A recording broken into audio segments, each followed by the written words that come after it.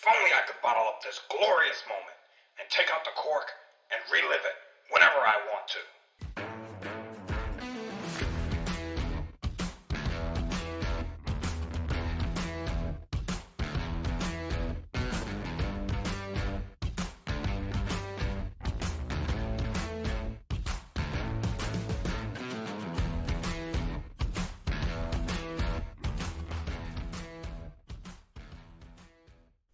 Hello. This is me and my friend Pete, the podcast that explores all things the Amazing Spider-Man. I'm your host, the mighty monologuing Motormouth. They call me Gerald. If this is your first time with us, welcome. If it isn't, welcome back. This week, we're running through the Amazing Spider-Man number 25, captured by J. Jonah Jameson. Our season 1 finale! And this season's final bonus episode, we've got Mark Spector, Moon Knight, number 40, Endgame. An apt title if you're ending a season and running through a story of the left fist of Khonshu, who's brave, or stupid, enough to crash the Kips Bay embassy of the Latverian Lion, none other than Dr. Doom himself. That's later. Right now, we've got Spidey courting violence. We've got JJ Tweedle Dee'd. We've got JJ versus Spidey. Spidey's pinned. 1, 2. Okay. Stop the rhyme. Stop them right now. We've got the second greatest character in Marvel comic book history's first appearance. Let's stop wasting time. We've got me. We've got you. We've got no further ado. We've got our season finale, The Amazing Spider-Man, number 25. Captured by J. Jonah Jameson. We made it, baby. We made it. Me and my best friend Pete. Old adventures, new critiques. He spins webs, I spin yarns.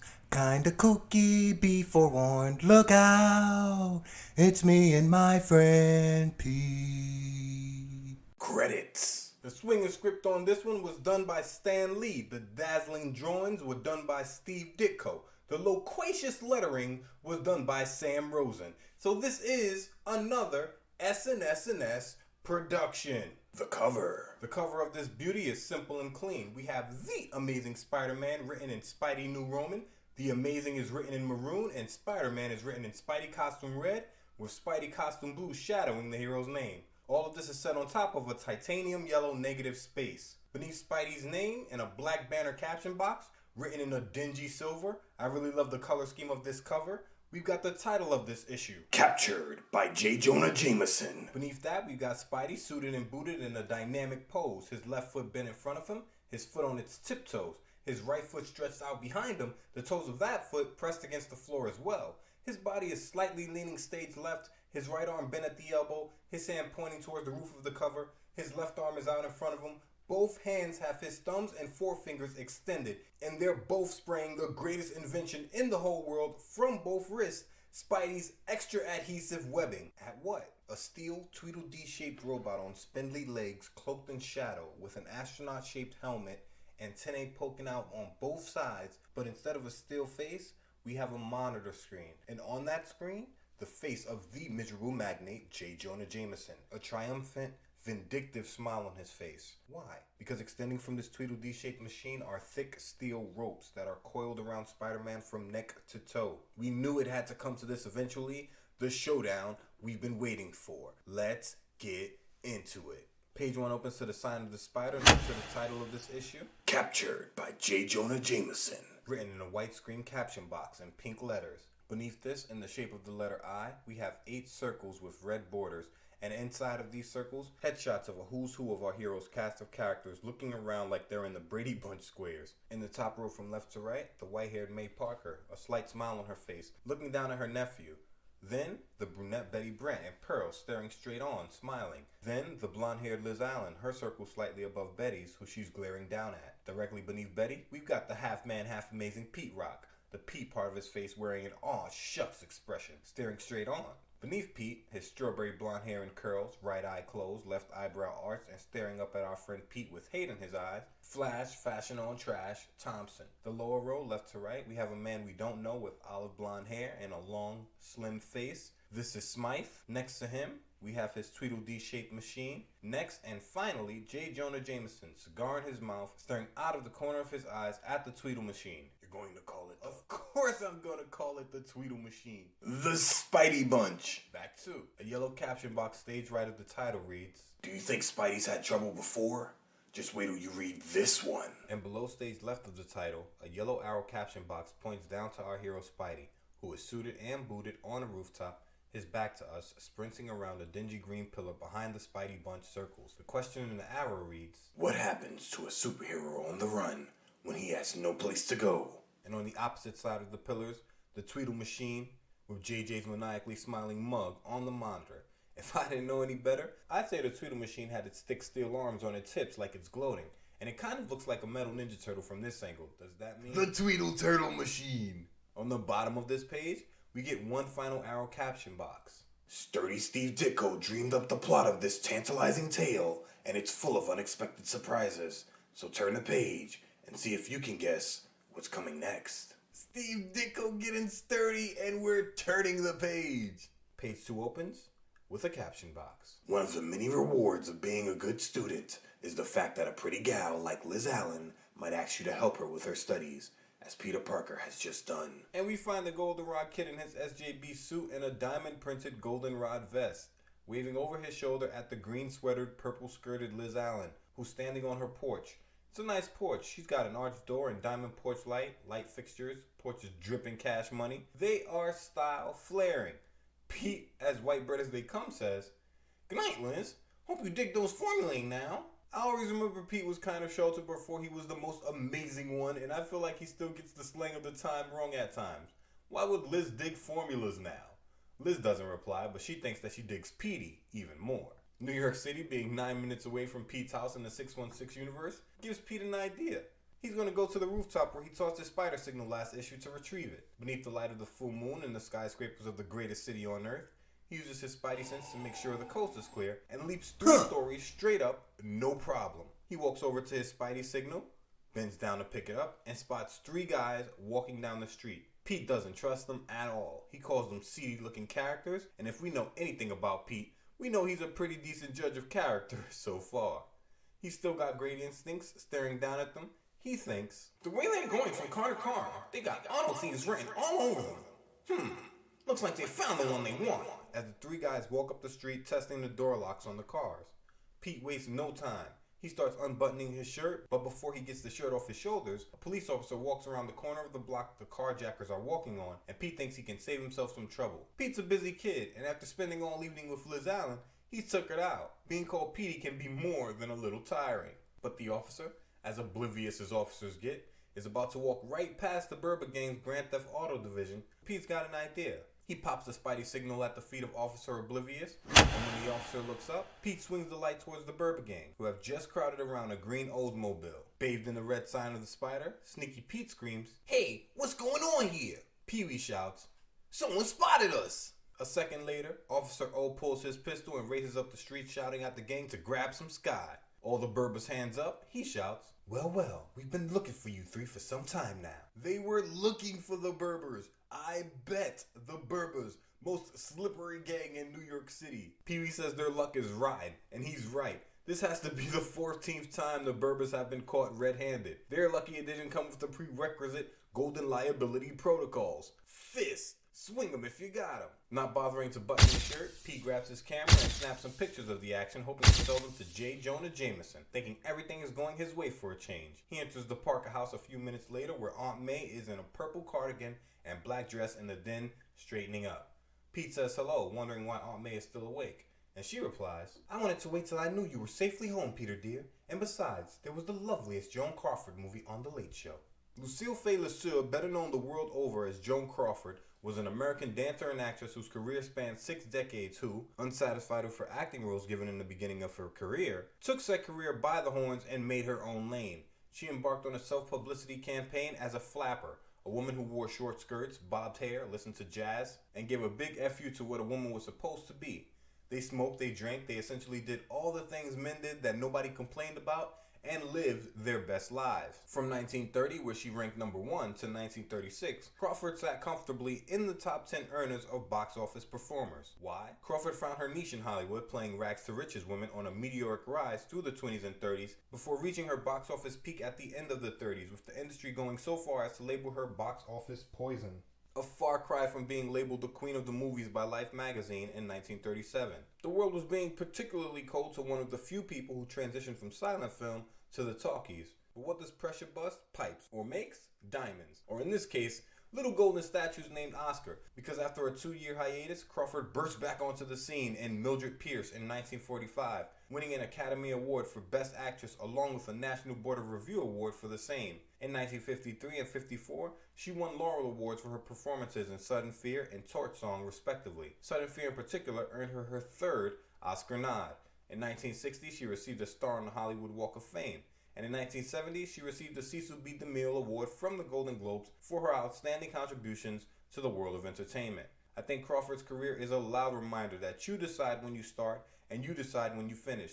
So through the ether to the legendary Joan Crawford, thanks for the reminder. Back 2. So May's been up waiting for Pete, and Pete appreciates it.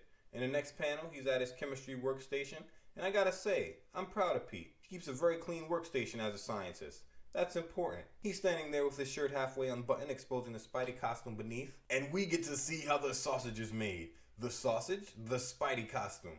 Pete's got a white shirt stretched out on the tabletop and is holding up the blue and red spiderweb fabric of his costume. He says he wishes May didn't worry so much and that he needs to work on his spare costume before bed. However, after only a dozen or so tiny pinpricks, Peter manages to finish his costume, and then, the next morning... Pete's in the background walking into the Daily Bugle as the miserable magnate stands in the foreground in a brown suit and SJB tie, a cohiba in his left hand, a smile on his lips as he wraps his right arm over the shoulder of a man with red hair in a gray suit, a maroon tie, and matching stingy brim hat. That is a nice suit. And if this wavy red hair guy looks familiar, he's one of JJ's club buddies, first seen in ASM number 23, The Goblin and the Gangsters, or Pressed on All Sides. Here on Me and My Friend Pete, back 2. So JJ's got his arm wrapped around this guy, and he's telling the man that he's going to take care of his ad in the paper, personally, and that he'll see the guy at the club tonight. Pete thinks because this guy's smiling, he must be important. The guy walks off, and Pete walks up to JJ,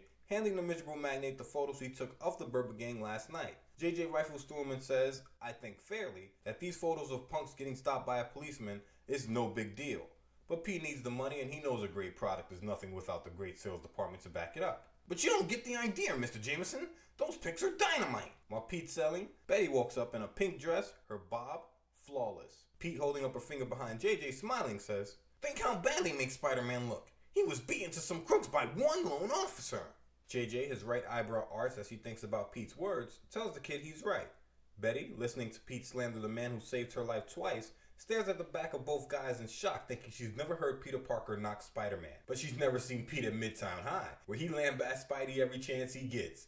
This is just more of that. And he's managed to convince JJ, who claps him on his back in the next panel, saying it's a great thing that he's had another JJ brainstorm and another angle. He tells Pete he'll send the kid his check in the morning and claps him on the back again. Pete catches Betty's eye and she is upset. Betty's standing, leaned against the filing cabinet with her hand on her waist, and if looks could kill, Peter would spontaneously combust.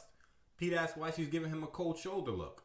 Pete, cold is an understatement. Betty pauses a moment, then steps towards Pete, and jabbing a finger in his face, snaps. You should know why, Peter. You've been selling too many pictures to J. Jonah. You're beginning to sound like him now. Pete screams that he was just joking before pointing his own finger over Betty's shoulder, asking her what that is. On 4, the guy from page 1's Spidey bunch, wearing a black suit and green tie, wheels his Tweedle machine and its podium-sized control into the room and gets right to his speech. Mr. Jameson, my name is Smythe. I'm an inventor. I've read your anti-Spider-Man editorials for months, so I know how you hate him. That's why I'm here. I have something that is guaranteed to defeat Spider-Man. Who let this guy up to the Daily Bugle? JJ's had like 5 villainous events jump off since Spidey hit the scene, and people are still allowing strangers with fantastical ideas to enter the building. And it's looking like JJ's learned his lesson after Mysterio and the Scorpion. He calls Smythe a crackpot, and turning his back on the inventor, covers his face with his hands, shouting, Ow, ow! I'm not getting mixed up with any more nutty mad scientists. Every time I listen to one of you nitwits, I end up being a laughingstock. called them nitwits when he took the word of one supervillain and he created a whole nother one. Just like Pete, Smythe knows he's got to sell, and walking up behind the miserable magnate, begs JJ to let him demonstrate his machine's power. Meanwhile, Pete walks over to the Tweedle machine and, unimpressed, hopes Smythe didn't bet his rent money on this machine beating him. I understand Pete's confidence, but it's like he's forgotten when he battled the living brain back in ASM number 8, or To Infinities. here on Me and My Friend Pete. He and the living brain tore the halls of Midtown High apart, and Spidey barely beat that machine, so his hubris shouldn't be so strong. Back 2. Pete can't hear me though, and if he could, I'm not sure he would care regardless. He's thinking, Say, this would be a great chance to get even with Jonah for all the trouble he's caused me in the past. I might even make some more dough selling photos of the Spider-Man. air quotes, Fight. the donuts and dimes accounts are about to be opened again, and Pete wants to make a withdrawal and a deposit at the same damn time. Smythe grabs JJ by the shoulder, saying he only needs a moment to show what the machine can do. JJ refuses. He tells the man to get out again, but Pete, walking over, drapes an arm around the miserable magnate and starts working towards that cash deposit. He probably is a phony, JJ, but it can't do any harm to watch him demonstrate. Pete continues into the next panel, saying there's a real chance this quack job Smythe might be onto something, and if not, what has JJ got to lose? Betty is pissed. She shouts for Pete to keep quiet, wondering what's gotten into the Goldenrod kid. But Pete's not hearing her at all. He is on a roll. After all, it has to take something special to be able to fight Spider-Man. Maybe that nutty-looking robot is just what the doctor ordered. Betty, trying to grab Pete by the blazer, asks if he wants Spidey defeated. Pete brushes her off of him with his right arm, puts his left hand on JJ's right shoulder, tells Betty to ixnay on the ID spay, and to JJ says if the robot can beat the webhead, JJ will get all the credit. And if it doesn't, nobody's gonna know because JJ didn't make a whole scene of things. Betty tries to grab Pete away from the miserable magnate by the right shoulder. But you know the kid's like walking iron, and while Betty strains, with no struggle, Pete continues telling Jonah that he's much smarter than Spider-Man could ever hope to be, and every win came from dumb luck. That sooner or later, JJ's bound to win. If all of this ego stroking didn't hammer the message home already, Pete finishes with, After all, look how successful you are. You're a born winner, JJ. if I didn't know any better, I think Pete was courting violence. I'd say be careful what you wish for, cause you just might get it. And right now, JJ grabbing his lapels, looks up towards the ceiling saying he may have been too hasty. On 5, JJ pulls a cigar from his mouth, turns to Smythe and the machine saying, Very well, Smythe. Let's see your demonstration. Smythe, smiling, tells JJ he won't be disappointed, while Betty, scowling, pinches Pete repeatedly on the arm.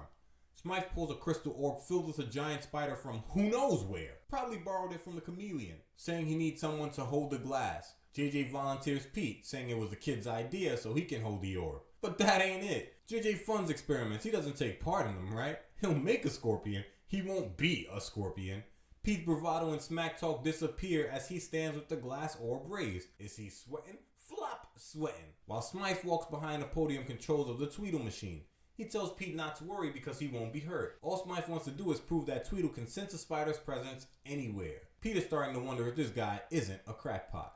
He can't back out now because Smythe's already turned the machine on, and Tweedle, locked onto the presence of the 5'10" hero with the strength of 1,000 spiders, and in the time it takes for our eyes to shift from the gutter, that's the space between panels, Pete is wrapped up by at least 10 steel coils from head to toe. None of them touch the glass orb with the spider in it at all. Pete's thinking, Now I'm in for it. The coils were attracted to my own, much greater spider power. Smythe, watching his machine wrap up a miner in danger steel rope, shouts, It should have grabbed the spider rather than Parker. But that isn't important. I can iron out a few little bugs like that. But you can see how it automatically ensnares anything related to a spider. No use struggling, Parker. You cannot break that coiled steel. Pete's not smiling now. Even struggling with his spider strength, the steel coils won't give an inch. JJ, liking what he sees, says, Not bad, not bad. He and Smythe turn to speak with each other in the background of the next panel.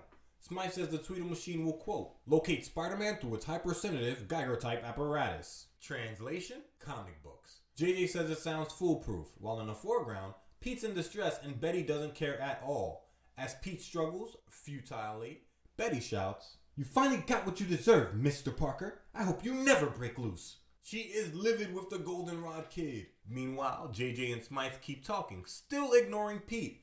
JJ's gotten comfortable. He's taking a seat on one of the bullpen desks. As Smythe, hand in pocket, tells JJ he can control the machine himself from the simple pedestal he pushed into the building. Simple. That thing looks like it weighs 200 pounds, and I'm sure the Con Edison bill for 39th and 2nd is going to be through the roof this month. That thing looks like it just devours electricity. While they're gabbing it up, Pete's had enough. Hey, how about getting me out of here? Smythe pokes out a button on the back of the Tweedle to open page 6, and the coils pull away from Pete right away. JJ is sold. He says he'll pay whatever Smythe wants for the robot, that this is what he needs to take care of Spidey. Smythe and JJ walk off into the background, Smythe saying he only wants to rent out the Tweedle, not sell it. JJ throws his arm over Smythe's shoulders and says, fine, let's talk in my office. Busy men don't talk money in the bullpen. In the foreground, Pete massages his arms while Betty folds her own and gives Pete an earful. Well, Mr. Parker, I hope you're quite satisfied with yourself. In pink from head to toe, Betty goes panther in the next panel. Her right hand on her hip, she puts a finger in Pete's face, continuing. You're even worse than Mr. Jameson. At least he thinks he has a reason to hate Spider-Man, but you haven't. But now after spending 5 panels hemmed up, Pete's got a whole different idea about what fun with the Tweedle machine will be. Betty gets real in the next panel, shaming Pete flat out. Fun? Fun to help get Spider-Man captured? And after the way he saved your Aunt May from Dr. Octopus? That was ASM Annual number 1, or There ain't no punchlines to fist flying. 2. Hero, Me and My Friend Pete. When Spidey risked life and limb to save not only Aunt May, but Betty Brant as well from the Sinister Six. Betty wants Pete to put respect on Spidey's name. Betty's anger and Pete's lowered head and sad expression make this The panel of the week. Ditko is working here. Betty's done with Pete. She says she could live to be 100 and not understand him before telling him to run along and join his leader, Jonah Jameson. Pete walks through the bullpen, running his hand through his hair, his other hand in his pocket, and now he's feeling the shame. Kudos to Betty. Pete's thinking, Boy, did I found myself up this time. I thought it would be a big gag, but that robot really is dangerous. And Betty's mad at me now, and here I go again. Yeesh, my luck sure runs the gamut from bad to hopeless. he's blaming this on bad luck, but Pete's made his own luck. I get it though. You gotta make the donuts and you can't do that on dimes. Anytime Spidey gets into beef, there's a chance for Pete to get paid. And May's cookie jar money is running short. So I understand. Later, at the steps of Midtown High School. Flash fashion on Trash Thompson is outside of Midtown High in a green turtleneck and brown slacks with the Foolsville faithful. We've got Connie with the good hair and a blue blouse and skirt, Johnny C look-alike in a yellow blazer and SJB bow tie, a redhead in a yellow blouse, skirt, and bow tie Charlie in a maroon sweater and SJB's bow tie, and a couple of other people milling about. And you know if Flash is in his green turtleneck, he's lying like a fine. If Flash didn't chase JJ up the street, JJ wouldn't have burst through the door of Mysterio's full peace psychiatrist's office at the perfect moment to derail the illusionist's plan to discover Spidey's identity. So he's telling the truth when he says, Did I tell you chicks how I helped old Spidey to get the last laugh on that phony peace psychiatrist a few weeks ago? The redhead says you told us 12 times, but tell us again. 12 times Flash has told this war story. And I gotta admit, if I were ever in a position to help Spidey save the day, or to save Spidey's day, I wouldn't shut up about it either. Either way, Bowtie Charlie points in our direction, shouting, Hey Flash, look who's coming. It's Puny Parker with your gal friend Liz running after him. And Bowtie Charlie's got a giant smile on his face, starting trouble. Connie, scowling, probably trying to climb the Midtown High social ladder by getting closer to Flash, says she told him Liz and Pete had a date last night. Flash, his left fist clenched, tells everybody to relax, calm down. He knows just how to handle this little thing. While Liz races up behind Pete in an orange skirt with brown and burgundy pinstripe sleeves, shouting, Petey, oh Petey, wait for me. Does the Brandex kid snap? No. He waits for Pete and Liz to approach the group to open page 7 and claps Pete on both shoulders, smiling. Hi Liz. Well hello Pete old pal. How's it going fella? How's a boy? Pete's not buying it of course. He asks Flash what he's plotting. Liz is suspicious too. She says if Flash is trying to get Petey to fight, she's never going to speak to the Brandex kid ever again. Flash says a fight? Perish forbid. That he just wants to talk to the Goldenrod kid. That's all. Liz says, alright, then I'll leave you boys alone, and walks off. Again, trusting that Flash is not going to be a bully when all he does in the presence of Peter Parker is bully him. Flash drops a smile as soon as Liz is gone and balls a ham-sized fist, pulling Pete close to him with his left arm. See you later, Petey, you creep. I warned you what would happen if you tried to two-time me with my girl. I'll be waiting for you after school today, and you better be there. Flash wants to smoke, and after school, he's gonna get some.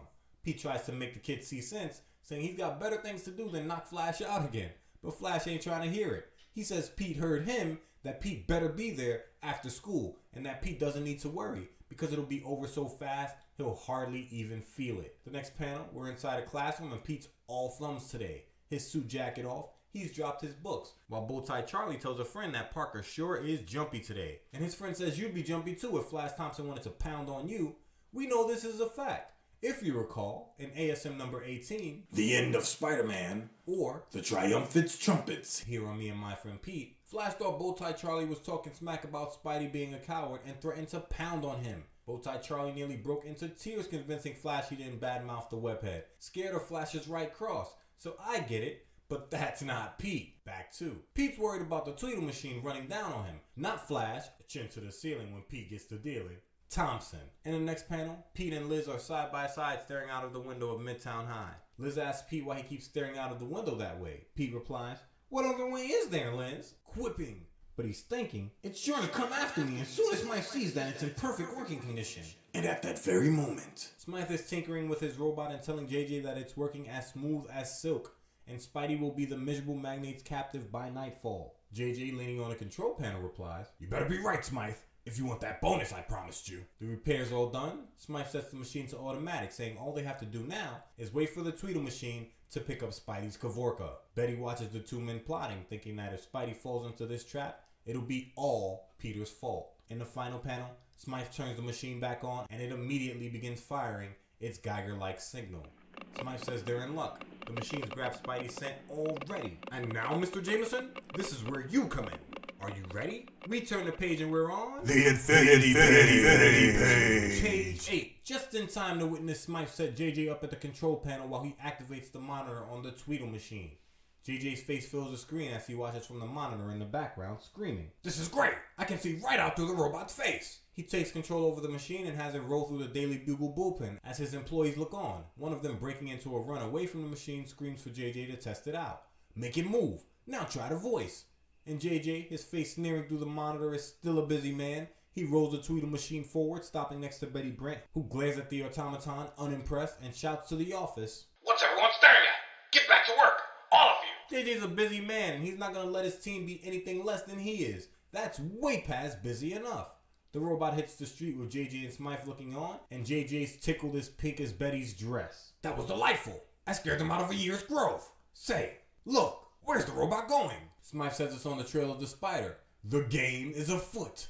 And the people on the street are thunderstruck. A black guy and two white guys stop what they're doing to stare at the steel-clad machine. Meanwhile, back at Midtown High, Flash jabs a finger into Pete's shoulder as the last bell rings. He calls Pete useless and hits him with that age-old threat. I'll be waiting for you outside. Pete, on his bone crusher, translation, never scared, replies, Fine. And if you're real nice about it, maybe I'll let you carry my books home. Like I'm about to make you my hot rod. but no sooner does Flash leave when... Pete glances out the window and sees to his dismay that the Tweedle machine has already traversed the 5 blocks from Midtown Manhattan to Midtown High in Forest Hills, Queens. There's a guy on the street in a tan suit who freezes on the spot, staring at the rolling monstrosity as Pete starts sweating immediately. The robot, it's coming its way. It must have sensed me here. Pete's not taking any chances. He grabs his suit jacket and bolts towards the side exit out of the school, thinking he has to get a safe distance away from the school and change into Spidey before the machine catches up. Meanwhile, Liz has gotten wind of Flash's plans, and like the wind, she darts towards Flash and the Foolsville faithful, her blonde hair and skirt whipping behind her, screaming, "Flash Thompson, what's this I hear about you waiting to have a fight with Petey Parker?" Flash thinks, Oh no, not Liz, not now. the facial expressions in this issue are top notch. Flash, his lips curled down like he's ashamed of himself, gives Liz the rules of his life. He says this situation with Parker is between them two, no one else. Liz says you're fighting over me, so it's my business too. While they're bickering, one of the Foolsville faithful screams, "Flash! Parker's running away!" pointing across the courtyard. And the Brand X kid springs into action. He, Bowtie Charlie, a kid with red hair in an SJB suit, a sandy brown in an orange cardigan, and a strawberry blonde break into a sprint in the direction of Pete. Flash is pissed. His left hand raised in a fist, he screams that he's going to teach Parker a lesson about trying to dodge him. But Flash is the only one angry. Every other kid with him is smiling from ear to ear. The redhead screams, "Yippee!" This is Lord of the Flies Reborn, and Pete just found himself as Ralph on the beach. Page 9 opens and we find Pete racing up the block. He's pulled his blazer and red tie from his neck, holding one in each hand. His hair tousled, He glances over his shoulder at Flash, who screams at him to stop being a chicken, stand, and fight. Pete's not going to do that. First, he'd clobber him if he did, and second, he's thinking, It's Flash and the Stooges. I think I can use them this time. the best part of this panel? If this is the Lord of the Flies Reborn, there's a guy in a green suit and brown fedora playing the British officer from the end of the book. He's watching the chase, smiling with his hands in his pockets. Where's the good Samaritans when you need them? In the next panel, the camera shifts back to the Tweedle machine, speeding up the street behind Flash, his gang, and Liz Allen, as a white guy in a maroon suit and orange fedora leaps to the side so the machine can lumber past. Pete thinks from off panel, All I have to do is keep them between me and the robot. as JJ shouts, Kids, up ahead! They're blocking my view! through the monitor. The man in maroon asks a brown guy in an SJB suit and hat, what in the name of creation do you call that? And the brown guy asks if this is some kind of advertisement and if the machine is giving away free samples. JJ ignores them both. Shouting at Flash's gang, he calls them brats and orders them to move out of the way. The Foolsville faithful look back, spot the death machine, and panic sets in immediately. The redhead screaming that JJ has become a monster. We get a 2/3 panel and everyone on the street is booking it. The three men wondering what the machine is, stage right, following the Tweedle machine as JJ shouts through its monitor that Spider-Man has to be somewhere ahead of him. Flash and his gang in front of the machine, Flash hearing that Spidey's somewhere around, throws his arms wide screaming, Spider-Man, wow! We gotta keep running. I don't want to miss this. and Pete in the lead wondering how he can slip away from the guys tailing him, but tells himself he'll find a way. And then, suddenly, rounding a corner, Cosmic timing gives Pete his opening. He turns the corner, takes a small hop to gain momentum, then leaps a story straight up and grabs a flagpole, swinging himself onto a nearby roof. No problem. In the final panel, Flash, as dense as they come, turns the opposite direction. Despite being 5 feet behind Pete, he wonders where the Goldenrod Kid disappeared to. Dunce! The Tweedle machine doesn't have this problem. Its normally stubby legs extend into stilts. Its arms too, and it begins scaling the sheer wall of the building Pete's just leapt onto. Payson opens to Spidey suited and, well, he's almost suited, but his gloves aren't on. Neither is his right boot, and we know now Spidey gets in gear with no socks. Ditko out here drawing feet to remind all these artists who he is. the Great One. Anyway, Spidey's not thinking about his feet, at least not specifically. He's wondering how the Tweedle machine got to the roof so fast. But Smythe clearly has Stiltman technology. Fun fact, Stiltman is a villain whose superpower is the ability to stretch his arms and legs, and he debuted over in Daredevil number 8, also in June of 1965. So now I'm wondering if Smythe made that villain's gear. Update, he didn't. Back 2. Spidey leaps down onto a nearby rooftop, gets his boots and gloves on, and keeps moving, while JJ and Smythe look on from their side of the monitor. JJ pounding on the control panel, screaming with glee. You were right, Smythe. Your robot works. It found that roof-crawling menace as easy as pie. Smythe replies that he's equipped the machine with every type of weapon he could think of, so the Tweedle will definitely defeat Spider-Man. And JJ is talking his smack. Recognize me, Spider-Man? It's your old pal, J. Jonah. I finally found a way to clip your wings forever. Bad smack talk. Spidey's great because he's not one of those cliched flying villains. But Spidey's not thinking about that at all. He's marveling at the FaceTime capabilities of JJ's robot. He can even talk through that thing. The future, thy name is JJ. While in the street below, Flash and his gang are in the background wondering where Pete and the robot got off to, with Flash saying maybe Pete found Spider-Man in the robot. Liz, her right hand to her face, looks over her shoulder, hand to chin, thinking she hopes that's not the case. Flash looks up in the next panel, spots the King of Swing, and shouts, Look, there he is. and we got action. As Spidey leaps above the group's heads, both arms out in front of him, the tentacles of the Tweedle machine extending from the roof to grab him up. A moment later, the entire machine, its legs extending to the ground, burst onto the scene. Flash, fashion on trash, never scared when the pressure's on, grabs Liz and pulls her out of the way as the machine's legs hit the ground and the Foolsville faithful scatter. Jameson shouting that Spider-Man can't escape because he's able to follow him wherever he goes. On 11, the Brand X Kid reconnects with his gang, and they, upstairs help him, are asking Flash what to do next about Parker. But Flash says screw Parker. It's time for him to help Spidey like he did last time. But if you recall, last time, the Spider told Flash to stay out of his way and called him a bird brain. I mean, Flash enjoyed the insult, but it doesn't change the fact. Back 2. Liz, listening in from behind, thinks this is good because now Petey can get away. Flash, 100% man of action right now, races up the street telling his crew to follow him while he follows the robot. And Liz isn't taking any chances. She's a step behind Flash, sprinting in a gorgeous panel thinking, perhaps if I tag along with him, he'll stop being so jealous of poor Petey. Imagine thinking that she has to give a guy she doesn't want more time so he'll get over her not wanting to give him any time. The conditioning we put girls through as a society is madness. Meanwhile, Spidey's done running. This is where I'll make my stand, right in the middle of the street. If I beat Jameson now, everybody will know about it. He'll never live it down. He's going mano a mano as crowds of people watch from corners on the sidewalk. The king of swing from Forest Hills, Queens, holding court in the street. And Spidey makes his move. He sprays a shot of liquid webbing at JJ's face in the Tweedle machine from his right shooter, screaming, "First, I'll give you a taste of my liquid webbing." But Smythe wasn't kidding when he said he equipped this machine for battle, because the steel skin of the metal beast has been specially prepared with a slick oil, preventing Spidey's webbing from sticking to the machine. So Spidey changes tactics, thinking the best move is to spray his sheer net webbing over the machine and then pull it off of its feet. But the Tweedle machine is prepared for this move as well. It throws a tentacle over its monitor, preventing Spidey's net from spreading. As soon as Spidey's done spraying his web line, the machine drops its arm and the webbing along with it. Spidey, his hand still raised, thinking, It's went off again. It won't stick to any part of him. Now what do I do? as the crowd stares on in the background, unimpressed. Now it's JJ's turn.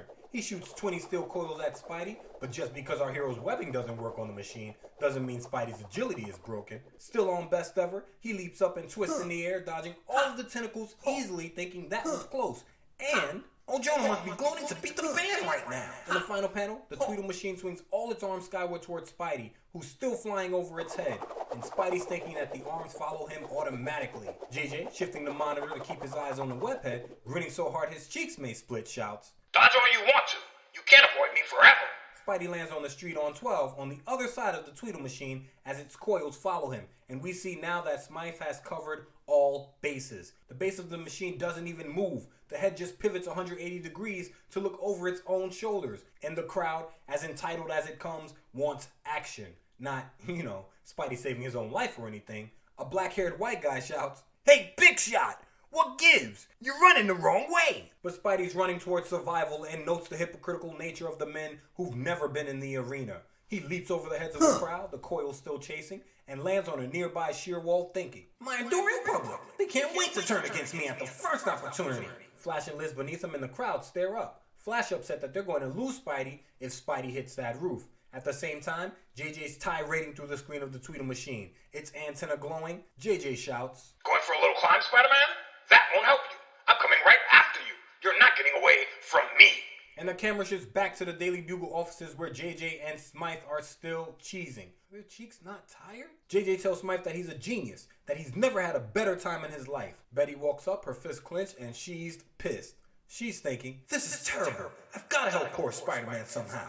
I owe him that much. the damsel, never in distress in the hot pink dress, has one goal: save Spidey.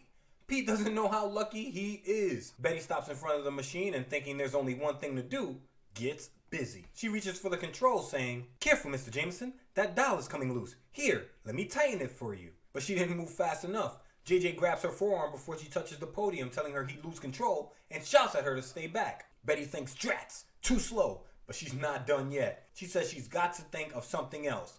Betty's thinking like ground control. Back on the scene, we get a top-down view of Spidey, scaling a sheer wall with the Tweedle machine on his tail.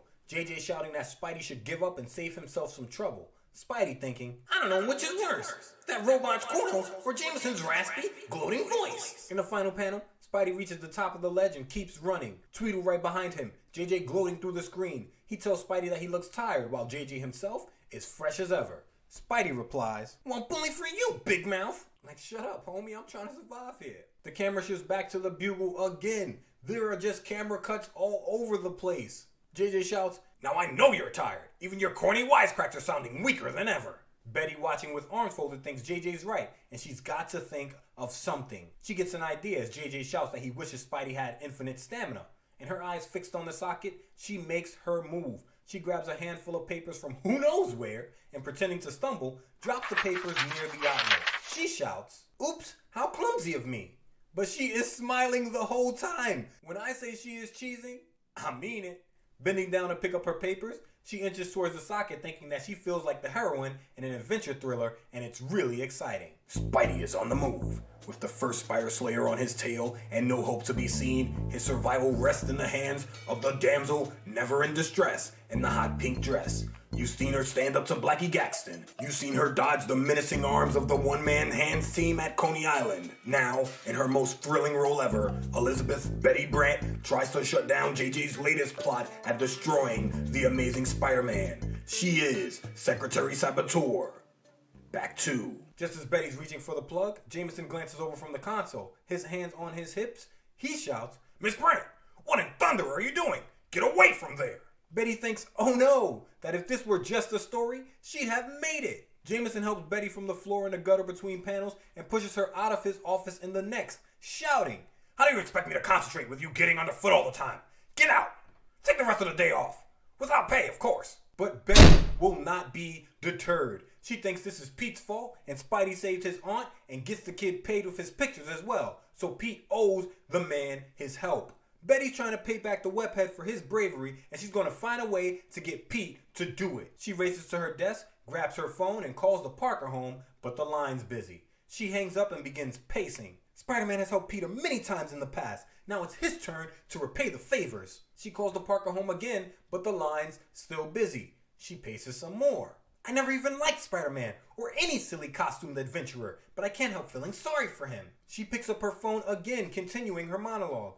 After all, it isn't fair for a man to have to fight a tireless robot. If only Peter can convince Jameson to. Drat, still busy. Betty then assumes that May is on the phone and shouts that women can talk for hours. Yikes, Stan. Betty grabs her clutch bag, grabs her matching pink blazer, and shouts that she's going over to the Parker home right now. And on a crowded street corner. On 14, we're back with Flash and the Foolsville faithful, and they're saying since they can't find Spider-Man, they need to go back on the hunt for Peter Parker. But Liz has heard enough. She tells Flash he better not dare do that. Bowtie Charlie says bump that noise. Parker probably lit out for home, and Flash can find him there. Flash agrees, saying that's as good a place as any to start looking. Liz tries to get Flash to back off. She says she's ashamed of him, and if he hurts Petey, she'll never speak to Flash again. Flash says, I'm not going over there to pound on him. I'm going over there to get him to admit that he ran away because he's a chicken. Liz says no. Pete's just too smart to waste his time fighting. But they're both half right and all wrong. Pete's got a big brain, but he lives his life by the tenements of the Golden Liability Playbook. Big brains, big fists. Swinging them if he has to. Swinging them because he's got them. Back to. Flash turns his back on Liz thinking, The more she defends him, the more I hate him. Anger issues, thy name is Thompson. Meanwhile, the young stalwart who seems to be on everyone's lips is having troubles enough among the rooftops. Spidey's just left a 20-foot distance between rooftops as the Tweedle machine extends its legs, following with no problem. Jameson screams, I can play tag as long as you can. as Spidey thinks, I must have been out of my mind. This is all my own fault. I talked Jameson into using that robot. Spidey leaps onto a higher ledge, bracing on his right fingertips, keeping his body curled and small. Agility on, best ever. And if he had an extra leg right now, he'd be kicking himself with it. I thought this would be a picnic. I thought I could make a fool of Jonah in front of everyone. Don't court violence. The next panel, we see Spidey's raced along the edge of the building's ledge and it's stage left with his back arched, avoiding the coils racing towards him from stage right. Spidey thinks that every time he slows down, the steel coils get way too close for comfort. As JJ screams from off panel that he wants Spidey to keep running because he wants the delightful episode to last. In the final panel on page, with the camera pulled in tight on our hero, the Tweedle machine over his shoulder, JJ is beaming, and Spidey knows he needs to rest for a second, but doesn't know how he's going to get that moment. JJ starts screaming. How do you like being on the run, you costume freak? How does it feel to be up against your superior, namely J. Jonah Jameson? Not a humble bone in all of JJ's body. But, once again, our scene briefly changes as we find Betty Brant arriving at the home of Peter Parker. Betty hops out of a yellow taxi cab, wondering why there's a group forming outside of the Parker home.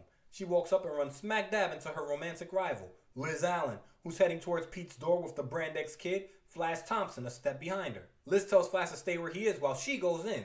She thinks if Pete is there, she'll warn the Goldenrod kid not to come out until the Brand X kid is gone. While Betty is shocked to see Liz here thinking, so, Peter still sees her. They go to the same school, Betty. Until he graduates, they have no choice but to see each other. The two young ladies walk side by side, sizing each other up the whole time. their word balloons dripping icicles. Betty says, "Well, fancy meeting you here, Miss Allen. Do you always travel in a pack like that?" Liz replies, "Why no, Miss Brant, but sometimes it's hard to get rid of all of my admirers, although I'm sure you don't have that problem." They are shady right now.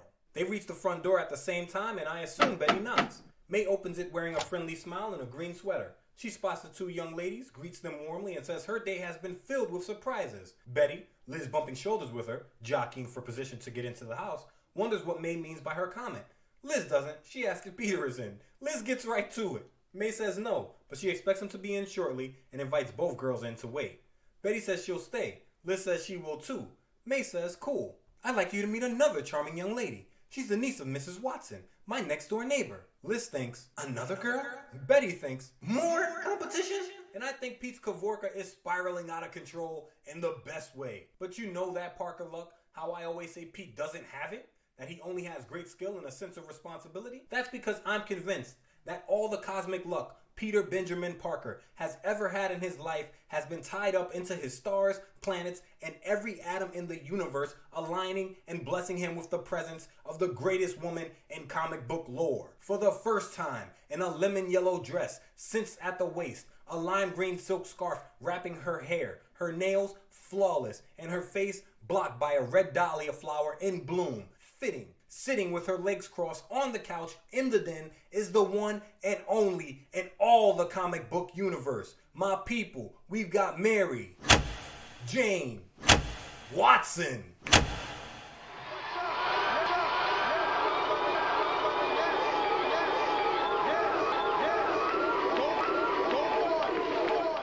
May introduces her to Betty and Liz, saying Mary Jane just came to visit her nephew.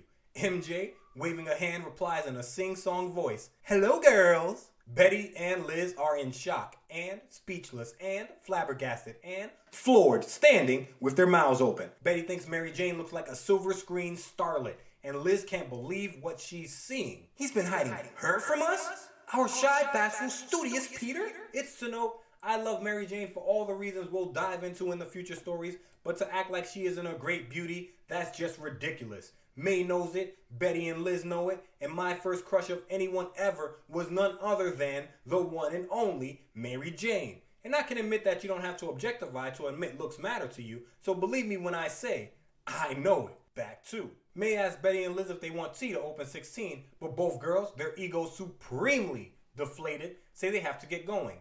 Flash meets Liz outside asking if Pete was home, and Liz replies icily, saying she doesn't know where he is, then says goodbye to Betty Brant. Betty says the same, icicles dripping from her words as well. Flash tells Liz not to go. He asks if she doesn't want to see her bookworm boyfriend eat crow. And of course, Liz doesn't. She's too busy eating humble pie right now. She storms off stage right. Betty exits walking towards us with her head down. And the Foolsville faithful say they have to hit the old dusty trail because it's getting late. Flash screams for them to wait, but as they walk off, he folds his arms, talking to himself. Let him go. That milksot has to come back sometime, and I'm staying till he does. Although it would be more fun to prove how yellow he is with the other guys watching. Everything for ego, thy name is Flash Thompson. And so, we again take our leave of the Thompson family's pride and joy as we return once more to our web-spinning wonder. Spidey's on another ledge, but he's finally managed to put some space between himself and the Tweedle machine. He leans against a chimney stack, wiping the sweat pooling on his forehead. At least it'll give me time to slow down and rest for a few seconds. Phew! Oh, spider strength, don't fail me now! But that space between closes quick, and Tweedle's back on him, cornering Spidey by the chimney stack. Well, hello there. You wouldn't be trying to hide from fun-loving Jonah, would you? Quipping, and Spidey thinks JJ the comedian. Oh, brother! His back against the wall, Spidey goes to play 4 of the Golden Liability Playbook. Back against the wall, Spidey's gonna leap. And he does, off the edge, fearlessly as JJ sings. He floats through the air with the greatest of ease. Spidey is not amused. Yeesh! I wonder if I sounded that corny when the shoe was on the other foot. You didn't, Spidey. You didn't. He lands on a rooftop in the shadow of a water tower to open 17. The Tweedle machine lands across from him, and I imagine it's high noon at dusk. Spidey thinks, well, I've had it. If I run any longer, I'll tire myself out. So much that I won't be able to fight. I just gotta stop and make a stand now, no matter what. Translation? It's time for the showdown. JJ says Spider-Man's finally realizing he can't escape. He activates a button, the steel coils shoot out from the machine towards our hero, and JJ screams. If only I could bottle up this glorious moment and take out the cork and relive it whenever I want to. While Spidey thinks the coils are shooting out faster than expected. And in less than a second, he is completely wrapped up in the coils again. Spidey hasn't thrown one punch at this thing. He hasn't been able to get close enough because of these rapid firing steel coils. But Spidey's not going to give up without a fight, especially because it's JJ. Oh no, it happened too quickly. I'm caught, but I can't be. He can't win so easily. He mustn't. As Spidey struggles, JJ the Triumphant has returned. Look at you, the amazing Spider-Man, trapped by ordinary J. Jonah Jameson, average American business tycoon. Spidey wants JJ to know in no uncertain terms that JJ isn't tough because he needed a robot to do it. JJ says that's a minor detail, that he has to give Peter Parker a reward for convincing him to use this device. And this seems like a little bit of insult to injury. I'm sure at this point, JJ assumes Pete and Spidey have some kind of working relationship. That explains why Pete's always in the right place, right time for those Spidey photos. So JJ wants Spidey to know that his own man's is the reason that JJ's got him in this vulnerable position. JJ says he'll be extra generous with the kid. He'll even let him call him Jonah if he wishes. Spidey thinks, fighting to keep the coils from locking him in place, I'd like to reward Peter Parker also, with a brick. How could I have been such a lunkhead? I mean, May only had like $10 in that cookie jar, Spidey, so you were trying to get after it. I understand. And you were a bit arrogant, but I get it. 25 issues in a row. You've been swinging those two fists and whipping to your heart's content. I'd say be humble, but Mary Jane is sitting in your living room. You are all wins. You were supposed to be chastising him. The kid's wrapped in coils, GC. He's got his own problems right now. Back 2. In the final panel, JJ gets poetic. And now you who have trapped so many in that cowardly web of yours, you're trapped yourself. Today, I feel like a man of destiny. And Spidey, having spoken only one sentence in 4 pages, is still silent. But in his mind, he's pep talking hard. Come on, Spidey, snap out of it. You're still alive. There's still hope. Think of something. Think. As long as I draw breath, there's hope. That is the Spidey mantra. But nothing really changes to open page 18. Spidey goes from struggling upright to struggling on one leg, and JJ keeps talking his smack. When the news of my brilliant triumph is made public, I'll probably be asked to join the Avengers. But I'll prove my modesty by declining. Stand still when I'm talking to you. You're distracting me. Man said they're going to ask him to join Earth's mightiest heroes. As if. The red tape on honoring a fallen hero takes 3 pages of comic. Letting a person who's only renting a Mark I Spider Slayer would probably take a 12-issue story arc with the company-wide crossover. Translation? Never gonna happen. Although now, I kinda want that story. Back 2. Spidey thinks the more he struggles, the tighter the coils wrap around him. If only I could burn my way out. Rats! You never can find a human torch when you need one. Now he wants a Johnny Lowell, huh? They had a chance to be friends, they blew it. JJ pulls Spidey right up against the monitor, screaming. Say it, Spider-Man. Say it. Let me hear you say you surrender.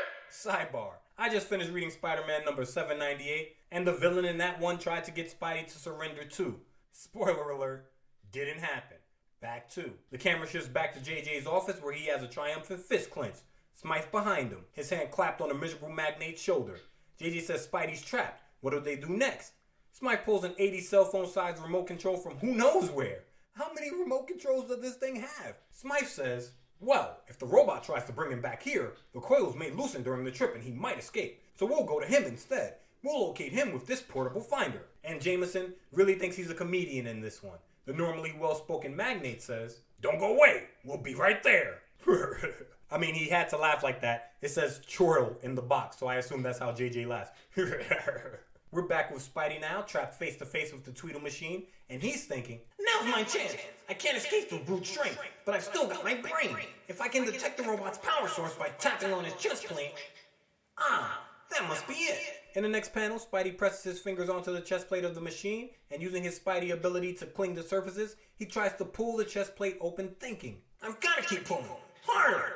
Harder! The Spidey got the grip. Of course he's got the grip. And in the gutter between panels, he rips the chest plate from the robots. In the next panel, Spidey is staring at the circuit board of the Tweedle machine. He's thinking, lucky I am the bookworm that Flash calls me. And racing to the scene, we find we've got a purple cardigan, blue-shirted, orange newsy capped cabbie staring into his rearview mirror at Smythe and Jameson, who are staring at Smythe's 80s style cell phone receiver. Smythe says he can locate the robot anywhere with the remote he's using. JJ screams for the driver to go faster because he can't wait. And the driver, he's thinking, Turn left, turn right, back, forward. They must be nuts. that's what he thinks. Nuts! Seconds later, the cabbie is certain his fares are demented as he sees JJ and Smythe have exited the cab and ran to the nearby building, scaling a ladder leading to the roof of the building Spidey is trapped on. Smythe shouting that the robot can't be more than 30 feet away. JJ says that this day, the day he defeated Spider-Man, this is going to be the day the poets write ballads about. On 19, JJ and Smythe hit the roof and we find Spidey captured on his knees, his head thrown back, in the clutches of the Tweedle machine, struggling valiantly. JJ the Triumphant is in his groove now. Pointing at Spidey, he shouts, In fact, the president will no doubt proclaim it as J. Jonah Jameson Day to honor the man who conquered that web-headed menace. This guy thinks he's going to have a Medal of Honor reception for taking out the world's greatest protector. He says Spidey looks like a rat in a trap, a sight he's going to treasure in his golden years. But no! When JJ approaches Spidey and pulls his mask, he and Smythe are shocked to find that Spidey is headless. Smythe's thinking murder. He screams, Mr. Jameson, what have you done to his head? JJ says that he didn't do anything, that Spidey doesn't got a head, but then he thinks he's talking nonsense. While on a narrow ledge just above Jameson and Smythe, we find the clapback king from Forest Hills, Queens, Peter Parker, is not just a world-famous performer, a New York superhero, Midtown High's greatest student. Get to it. Pete is on this ledge in his SJB suit and goldenrod vest, and we're going to add Puppeteer to his list of gifts because he is controlling his Spider-Man suit by two almost invisible singular strands of webbing. This makes them for everything. It's worth losing my Spidey costume just to see that dumb look of bewilderment on Jonah's ugly pan. I ought to patent this idea and sell it. By using my web fluid, anyone can make lifelike instant puppets. Peter Geppetto, you can say it, pulling the strings. Smythe, like most scientists and inventors, takes his loss on the chin. He says he thought the robot was unbeatable, but with an oh well, he says he's going back to the drawing board. But JJ? Tirading. He throws Spidey's empty mask onto the ground and lets loose. He made a fool of me again. I never should have listened to that idiot Parker. As for you, get out of here with that crazy robot before I wrap it around your scrawny neck. These two were best of friends for 15 pages, and now JJ's threatening to murder Smythe. So much for his Avengers membership card, and his Medal of Honor, and the Bard singing his praises for all time. All he gets to have now is rage, and we know JJ's got that in spades. Pete, grinning with an eye closed and his camera up to his face, snaps pictures thinking he wants to have this moment of JJ tirading to chuckle over in his old age. And back at Aunt May's house, MJ, her head turned, wrapped in a scarf so we can't see her face, waves goodbye to May as Flash stops in his tracks, thunderstruck as MJ passes, wondering who she is and thinking maybe she knows where Pete is. Before Flash can shoot a shot at MJ, a beat cop at SJ Blues approaches him. Say you. Flash, already turned to get at MJ, has to stop in his tracks as the officer gets at him. This is Tomas, of course. He and Joe blew up a warehouse down on Delancey a couple of weeks ago, so he's been placed on beat patrol. Again. Until he learns to act right. Flash thinks Pete made the call from inside his house to get rid of Flash. Or maybe it was any other house owner on the block who saw this kid pacing up and down outside of the Parker home. Flash, never seeing the forest for the trees, Thompson. Tomas says, If you got no business around here, son, you better move on. We've received a call about a suspicious-looking character hanging around. finally, a short time later, Pete enters the Parker home where May is waiting in the den standing, upset. Pete says hello and tells her that he's starved. Makes sense. He's been struggling against the robot all evening. But May says no food right now. I want to have a serious talk with you. Pete is shocked. He replies, Wow, it must be serious. You're only trying to get me to eat more. What's wrong? May says, you tell me. But Pete is clueless. May keeps going. She picks up a wrapped piece of fabric and says she went up to Pete's room to tidy up after Mary Jane went home. Pete's like, Mary Jane was here? May says that's not important. This is important. And holds up Pete's spare Spider-Man costume, saying she found it behind a bookcase. How strong is May that she's just moving bookcases out of the way? And you know Pete starts sweating immediately. He says he can explain. May says, I'm waiting, go ahead. Pete thinks he can't lie, but he's going to do the next best thing. It's just a disguise, Aunt May. I was going to use it to fool some people. Look, you can see it hasn't even been worn. It's brand new. I've never even had it on. The kid's half truthing so hard, he has to roll his sleeves up in the gutters between panels, and now he's hit his rhythm.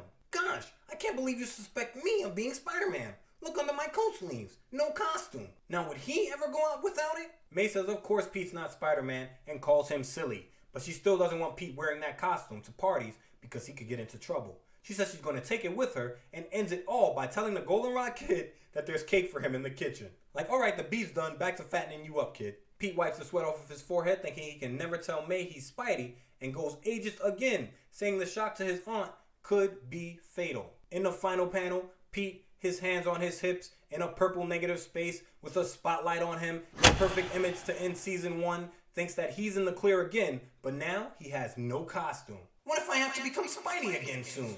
Oh well, I'll worry about that when the time comes. And beneath him, we get a caption box. And, unless we miss our guess, that time is coming sooner than Peter thinks. But you'll learn about it for yourself when you read our sensational next issue.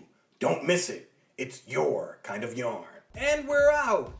Ditko was working hard in this issue. In an issue with the villain being Cold Steel, the facial expressions were emotive and expressive, even more than usual. And that's saying a lot for the amazing Steve Ditko. We got a foot in this issue, we got JJ Schools in this issue, we got a Lord of the Flies reference. To be fair, that was all me reaching because of the state of the real world right now probably. But the fact remains, and more than anything else, we have the first appearance of the incomparable Mary Jane Watson. That's the main season this week! And that's true! That's the main season!